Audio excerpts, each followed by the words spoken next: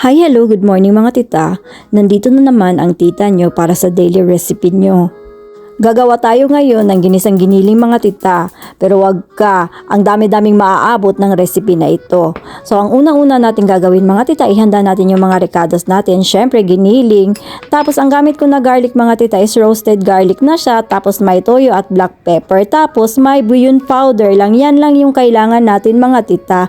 Tapos yung karne mo, igigisa mo lang yan siya, sobrang bilis lang 'di ba?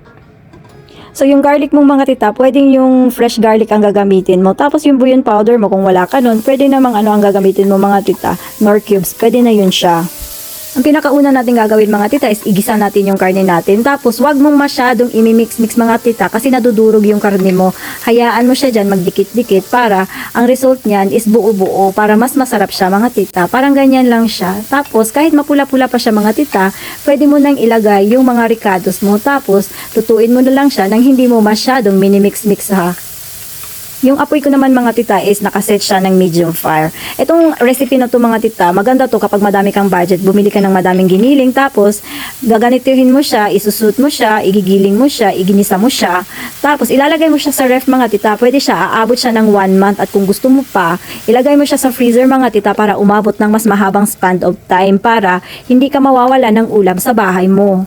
So si mga tita, yung karne mo is buo-buo. Ito yung masarap mga tita. Kapag kumakain ka, malalasahan mo talaga na may karne yung niluluto mo. Hindi siya durog-durog, 'di ba? Tapos ilagay lang natin siya sa Tupperware mga tita na may takip. Tapos ilagay mo lang yan siya sa ref mo kapag malamig na siya. O 'di ba, ang bilis-bilis lang niya at maaasahan mo talaga mga tita na hindi ka mawawala ng ulam. So ito yung mga ideas mga tita kung anong pwede mong gawin dito. Kunyari, gagawa ka ng fried rice, 'di ba? So syempre mag-init ka lang ng mantika.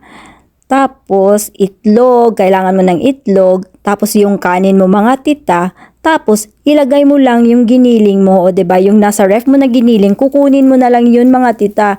Hindi ka nagagamit pa ng iba, o 'di ba, ang bilis-bilis niya lang. Magdagdag ka lang ng konting panlasa dyan, at tapos na siya mga tita. So 'di ba, ang bilis-bilis niya lang mga tita, kahit pagod na pagod ka, pwede mo siyang gawin mga tita, sasarap yung pagkain mo, kahit hindi ka masyadong nag-e-effort, 'di ba?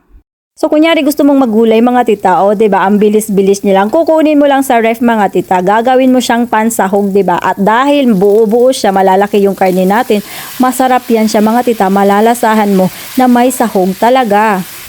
Nag-init ka lang ng mantika, nilagay mo lang yung ginisang giniling mo, tapos nilagay mo yung mga gulay mo, at tapos na siya mga tita.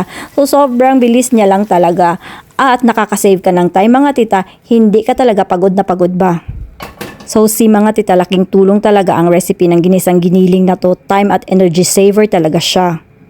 So kunyari din mga tita, nagmamadali ka sa umaga, gusto mo ng kanin, 'di ba? Magra-rice topping tayo mga tita, rice toppings pala. So magisa-gisa ka lang diyan ng sibuyas, tapos yung garlic mo igisa-gisa lang mo lang diyan, tapos ilagay mo lang yung mga gulay-gulay mo, gusto mo ng carrots, green peas, kung gusto mo nang lagyan ng ano mga tita, potatoes, pwede din yan siya. Tapos yung main character natin na ginisang giniling, ilagay na lang ulit natin siya, o 'di ba? May pansahog ka na instant talaga mga tita. Tapos lagyan mo lang siya ng bouillon powder. Depende yun sa panlasa mo mga tita. Kung anong panlasang ilagay mo dyan, pwede dyan mga tita. Tapos, antayin mo na lang na maluto yung mga gulay mo. Tapos na yan siya mga tita. So see, hindi na buraot yung umaga mo kasi nga may nakahanda na dyan sa ref mo. Importante talaga mga tita ang mga ganitong gawain ba, kasi yung mag-isip ka lang ng mga lulutuin mo, ay nako, sobrang stress talaga sa katawan mo. At isa pa mga tita, yung ganitong mga recipe, pwede mo siyang damihan, ilagay mo lang yan siya sa ref mo, may naka-ready na iinitin mo na lang siya, 'di ba? So ilalagay natin siya sa preparation natin mga tita. Kunyari rice topping, 'di ba? Ganyan, ilalagay mo lang yan siya sa rice mo, sa ibabaw ng rice mo.